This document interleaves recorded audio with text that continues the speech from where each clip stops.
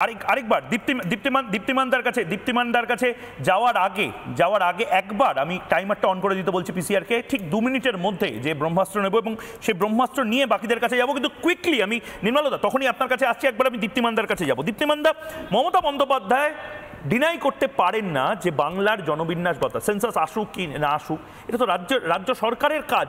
আমার চারপাশে যদি হঠাৎ করে সবকিছু বদলে যায়, আমার চারপাশে যদি বাইরে থেকে লোক এসে চলে আসে, রোহিঙ্গারা চলে আসে, এটা তো দেখার কাজ রাজ্যের। তাহলে এত পুলিশ, এত আইবি, এত কিছু নিয়ে লাভটা কি? দেখো, অনুপ্রবেশ দীর্ঘদিনের সমস্যা ভারতবর্ষে, এটা নিয়ে কোনো সন্দেহ নেই। কিন্তু 2016 সালের এই যে রাখাইন হলো, তারপর থেকে মায়ানমারে যে রাখাইন হলো, তারপর থেকে যেভাবে অনুপ্রবেশের গতি প্রকৃতি এবং অনুপ্রবেশের কোয়ালিটি চেঞ্জ হয়েছে, সেটা কিন্তু অত্যন্ত চিন্তা। তার কারণ হচ্ছে ঠিক 2016 সালের অক্টোবরের পর থেকে বাংলাদেশের যেভাবে জনবিন্যাস পরিবর্তিত হয়েছিল, এবং সেখানে একদম স্পষ্টভাবে প্রধানমন্ত্রী শেখ হাসিনার বক্তব্য সংসদে আছে যে কীভাবে তার জনবিন্যাস পরিবর্তিত হয়েছে, কিভাবে রোহিঙ্গাদের জন্য তাদের সমস্যা হচ্ছে, এবং পরবর্তীকালে সেই রোহিঙ্গাদের একটা বড় অংশ যেভাবে এই ভারতবর্ষের বিভিন্ন কায়দায় প্রবেশ করেছে, বিশেষ করে পশ্চিমবঙ্গের মধ্যে দিয়ে, সেখানে আমাদের কিন্তু মানে বিপদগ্রস্ত হওয়া আমাদের সময়ের অপেক্ষা। আমি একটা জিনিস বলতে চাই, যে সায়েন্দু বলছিল, কিন্তু আমাকে একটা জিনিস পরিষ্কারভাবে বলতে হবে। আচ্ছা, এই যে 2000 সম্ভবত অক্টোবরের 2021-এ যে বিএসএফের যে জুরিডিকশন এক্সটেনশন হলো 50 কিলোমিটার, সেই সময় পাঞ্জাব, আসাম আর ওয়েস্ট বেঙ্গলে হয়েছিল, এবং আমরা দেখেছি গুজরাটে কমে গেছিলো, আর কি বলে রাজস্থানে একই রাখা হয়েছিল। পাঞ্জাব আর আসাম তারা কিন্তু কেউ কোনো প্রতিবাদ করলো না, ঠিক। কিন্তু ওয়েস্ট বেঙ্গল যেরকমভাবে, এই বাংলা যেভাবে প্রতিবাদ করেছিল, যেরকমভাবে মানে আমি বলবো আন্ডার দ্য বেল্ট যেভাবে আঘাত করা হলো বিএসএফকে সরকারের পক্ষ থেকে, সরকারের যে রাজনৈতিক দল সেই তৃণমূল কংগ্রেসের পক্ষ থেকে, তো সেখানে তো খুব স্বাভাবিক এই রাজ্যের এই পলিটিক্সটা ডিস্টার্বিং, একদম এই রাজনীতিটা বোধহয় তাদের সমস্যার কারণ থেকে। আমি আপনাকে দীপ্তিমানদা আপনাকে একটু থামাচ্ছি, কারণ এই মুহূর্তে ব্রহ্মাস্ত্র নেওয়ার সময় হয়ে গেছে। ব্রহ্মাস্ত্র নিয়ে তার প্রতিক্রিয়াগুলো বাকিদের থেকে নেব। এই মুহূর্তে যে ব্রহ্মাস্ত্র, যে প্রশ্ন, এই মুহূর্তে তৃণমূলের ভোট রাজনীতি দেশের জন্য বিপদ, হ্যাঁ কি না আমি জানি না। দর্শকরা আপনারাও উত্তর দিতে পারেন, কমেন্ট করতে পারেন আমাকে। আমি এই মুহূর্তে যারা এই মুহূর্তে প্যানেলিস্ট আছে তাদের কাছে যাব। দীপ্তিমানদা, আপনি বলছিলেন তৃণমূলের রাজনীতি দেশের জন্য বিপদ না, আসলে এটা পার্ট অফ পলিটিক্স। না, পার্ট অফ পলিটিক্স যদি এই আন্ডার দ্য বেল্ট যে কাজগুলো যারা করছে, আমি আজকের দিনে দুর্নীতির এই প্রসঙ্গে যাচ্ছি না, কারণ দুর্নীতির এই নিয়ে প্রচুর আমাদের আলোচনা হয়েছে, এগুলো আমরা সবাই জানি।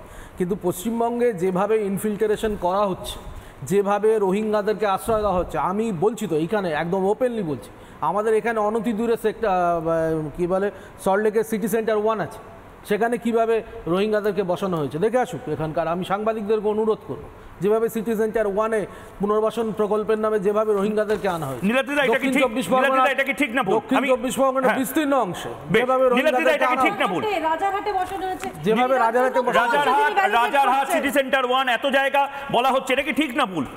আছেন তারা, আছেন কি নীলাদ্রিদা?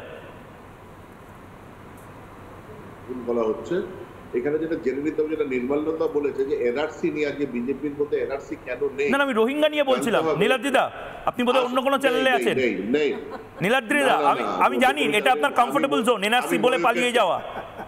আমি ময়ূক বলছি, নীলাদ্রিদা রিপাবলিক বাংলা থেকে। আমি ময়ূকের চ্যানেলে আছি, আমি বলছি রোহিঙ্গা আছে কিনা।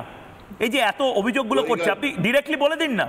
এগুলো একেবারে ভুল ভাল কথাবার্তায় বিজেপি মুখপাত্ররা এখানে বসে বলছে, নাম ধরে ধরে বলছে।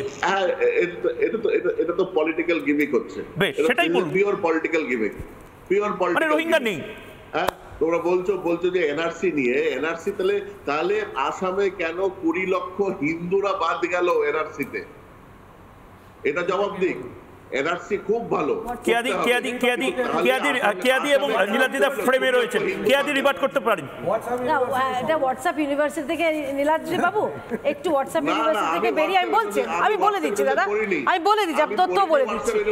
এই বেশি দিন নয়, সপ্তাহখানেক আগে। আরে অত আমি আপনাকে সাহায্য করছি, আরে আমার সাহায্যটা নিন, আপনার দিকে আমি সৌজন্যের হাত বাড়িয়ে দিলাম। আমি বলছি বেশি দিন নয়, 1 সপ্তাহ আগে, আজকের দিনে আপনি হাইকোর্টের ভার্ডিক্টটা একটু জেনে নেবেন। বলে দিচ্ছি দাদা, শুনে নিন। আরে আপনি যদি বলতে না দেন কি বলবো আমি? আমার খালি একটা বক্তব্য আছে, এক সেকেন্ড ময়ূর। আমি খুব সিরিয়াস কথা বলতে এসেছি। 2011 থেকে 13 এর মধ্যে পশ্চিমবঙ্গের বর্ডার এরিয়ায় 58টা জঙ্গি মডিউল চলে। এই রিপোর্ট কে দিয়েছিল জানেন? মোদী সরকার নয়, মনমোহন সরকার 2013 সালে দিয়েছিল। 2013 সালেই কিন্তু এই যে এতগুলো, এই 2 বছরের মধ্যে এতগুলো জঙ্গি মডিউল আমাদের এখানে বঙ্গবন্ধু মুজিবুর রহমানের খুনি সে এত বছর লুকিয়েছিল। আমাদের এখানে স্লিপার সেল, জঙ্গি স্লিপার সেল পাওয়া গেছে। আপনি অস্বীকার করতে পারেন? কিভাবে আসছে? আচ্ছা নীলাদ্রিদা, শুধু অস্বীকার অস্বীকারের থেকেও বড় কথা, বাংলাদেশের এত বড় একটা বর্ডার আছে, এই কথাটা আপনার প্রশ্নটা নিয়ে একদম কেয়াদি আপনার প্রশ্নটা নিয়ে নীলাদ্রিদা তো স্বীকার করছেন না হয়তো। সায়নদীপ বাবু, আপনারা কি স্বীকার করবেন সিপিএমএল আমলেও এই ইনফিলট্রেশন ছিল, যেটা ভয়ঙ্কর রূপ নেয় তৃণমূল কংগ্রেসের আমলে এসে? কারণ সিপিএমের আমলে ছিল বলেই মমতা বন্দ্যোপাধ্যায় নিশ্চয়ই পার্লামেন্টে ওই হট্টগোলটা করেছিলেন। আমি বলছি পশ্চিমবাংলা কাদের আশ্রয়স্থল, জঙ্গিদের, বাংলাদেশি জঙ্গিদের না কাদের আশ্রয়স্থল, এই নিয়ে খুব বিচার করার ব্যাপার নেই। কারণ পশ্চিমবাংলা সমস্ত দুষ্কৃতীদেরই আশ্রয়স্থল হয়ে যাচ্ছে। দেখলাম পাঞ্জাবের খুব বিখ্যাত গ্যাংস্টার, সেও এই আমাদের রাজারহাট নিউ টাউনে তারা এসে ধরা পড়লো। হ্যাঁ ওই ভুল্লার তারা ধরা পড়লো। ওইসব দিয়ে ব্যাখ্যা করা যায় না। আমি বলছি তৃণমূল যখন ভোটে হারতো তখন এই অনুপ্রবেশকারীর তত্ত্ব আওড়াতো, এখন বিজেপি ভোটে হারে তারা অনুপ্রবেশকারীর তত্ত্ব আওড়ায়। কিন্তু আবারও আমি বলছি যে সেন্সাস বাদ দিয়ে এটা কিচ্ছু বলা যাবে না। দীপ্তিমান বাবু একটা খুব পার্টিনেন্ট কথা বলছি যে বিএসএফ এর এরিয়া বৃদ্ধি করা হচ্ছে পাঞ্জাব বা অন্য রাজ্য তৃণমূলের সঙ্গে আমাদের, পাঞ্জাব বা অন্য রাজ্যের সঙ্গে তৃণমূলের সঙ্গে আমাদের বহু বিষয় বিরোধিতা আছে। কিন্তু এই যে বিএসএফ এর এলাকা বৃদ্ধি, আমরা এটাকে মনে করি ফেডারেল স্ট্রাকচারকে আঘাত করা। এই যে ছোট রাজ্য করার যে অ্যাটিটিউড, এটার বিরোধিতার পিছনেই আমাদের প্রধান উদ্দেশ্য হলো যে ফেডারেল স্ট্রাকচারকে যুক্তরাষ্ট্রীয় কাঠামোয় ভাঙা উদ্দেশ্য, সেইটাই বিজেপির চক্রান্ত।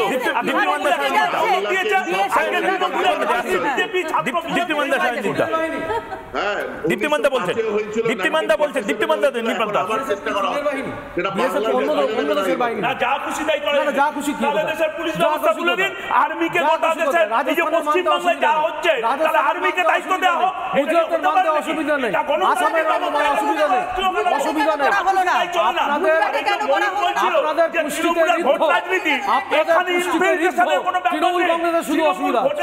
ছাপ্পা মারে, যেভাবে ভোট লুট করে, বিজেপিকে বলতে হবে কেন্দ্রীয় নির্বাচন কমিশন, তারপরে কি করে ভাইপো 7 লাখ ভোটে যেতে, এই প্রশ্নগুলো আগে উঠছে। ঠিক আছে, আমি নির্মলদা অনেকক্ষণ ধরে হাত তুলছে এবং সুকন্যাদি হাত তুলছেন। নির্মলদা সিপিএম, আমি আসছি দিদি, আপনার কাছেই আসছি আমি। নির্মলদার কাছে নির্মলদা, বামেদের ঘরে শেধন আছে, এখানে গরু পাচারা, এদের সোনা পাচারা। বেশ বল, আমাদের বলতে দিতে হবে একবার। অবশ্যই আপনাকেও বলতে দেবো, কিন্তু আপনি রোহিঙ্গাটা স্বীকার করুন আগে। আছে আমি বুঝবো কি বলবো। আপনি যে প্রশ্নটা তুলেছেন, প্রশ্নটা যে এই ধরনের রাজনীতি, যে মানে আপনি যেটা বলছেন ভোটের রাজনীতি, ভোটের রাজনীতি স্টাইল অফ পলিটিক্সটা কি দেশের জন্য বিপজ্জনক হয়ে যাচ্ছে? না, দেশের শুনুন, পার্লামেন্টে যে 36টা দল আছে কেউই অ্যান্টি ন্যাশনাল নয়, দেশের জন্য বিপজ্জনক কেউই নয়। এবার প্রশ্নটা দাঁড়াচ্ছে একটা জায়গাতেই, সেটা হচ্ছে যে এই রাজনীতিটা যে হচ্ছে, একটা প্রশ্নের উত্তর আপনাকে আমি মানে অনেকে দেননি, আগের দিনও আমি জিজ্ঞেস করেছি, পপুলেশনটা এখানে কমে আসছে কি করে? পপুলেশন গ্রোথটা যেটা 2011 পর্যন্ত ছিল হচ্ছে 13.7, সেটা কি করে 7.6-এ নেমে যাচ্ছে? ঠিক। এবার পপুলেশন গ্রোথ যদি নেমে গিয়ে থাকে, সেখানে ডেমোগ্রাফিক চেঞ্জের যে প্রশ্নটা আপনারা আনছেন, সেই প্রশ্নটা সত্যি কি পার্টিনেন্ট হয়? সেইখানে ইনফিল্ট্রেশনের প্রশ্নটা কি আসে? সেখানে কি প্রজনন বাড়ানো মুসলিমরা বাড়াচ্ছে, এই প্রশ্নগুলো কি আসে? অঙ্ক বিজ্ঞান তা বলে না, সায়েন্টিফিক অ্যানালিসিসগুলো কারেক্ট নয় যদি সেটা মানেন আপনি। কি সাংবাদিক হিসেবে আমরা সেইগুলো দেখব যে পপুলেশনটা কোন জায়গায় দাঁড়িয়ে আছে। The growth is coming down, you really don't have an answer. There could be infiltrations, but it is not to the extent that it can change the demography. ডেমোগ্রাফির 13টা ফিচার তৈরি হয়, এই 13টা ফিচারের মধ্যে কোন ফিচারটা চেঞ্জ হয়েছে over the last 15 years or 20 years? Census করেছিলেন, করার পরে 10-12 হাজার কোটি টাকা অ্যালোকেট করা হয়েছে সেই সেন্সাস আটকে আছে, সেই সেন্সাসটা হয়নি। এটা তো সবই ইউনিয়ন বাজেটের মধ্যে দেওয়া আছে। আপনারা যদি এগুলো দেখেন দেখতে পাবেন। যখন আমাদের দর্শকদেরকে এটুকু তো জানানো দরকার, তাদের বোঝা দরকার demographic change is a very very important vital issue. যে ডেমোগ্রাফিক চেঞ্জের কথা টিবেটে বলা হয়েছিল, চায়না প্রেশার ক্রিয়েট করে করে পপুলেশন ঢুকিয়ে ঢুকিয়ে টিবেট অকুপাই করে নিচ্ছে, নেপাল অকুপাই করে নিচ্ছে, এই জিনিসগুলো এখানে সেই ধরনের কোনো ডেমোগ্রাফিক চেঞ্জ আমি অন্তত দেখি না। ইনফিল্ট্রেশন ডেফিনেটলি আছে, কারণ পপুলেশন তা বলছে। বেশ, কেয়াদি ছোট করে, তারপরে আমি সুকন্যাদির কাছে যাব। আপনার প্রশ্নটা সঠিক, যথার্থ, কিন্তু উত্তরটা দেওয়া যাবে কি করে যদি যেই জায়গাটা গ্রে এরিয়া থাকে সেই জায়গাটায় যারা আসছে তাদের তো কোনো ডেটা নেই,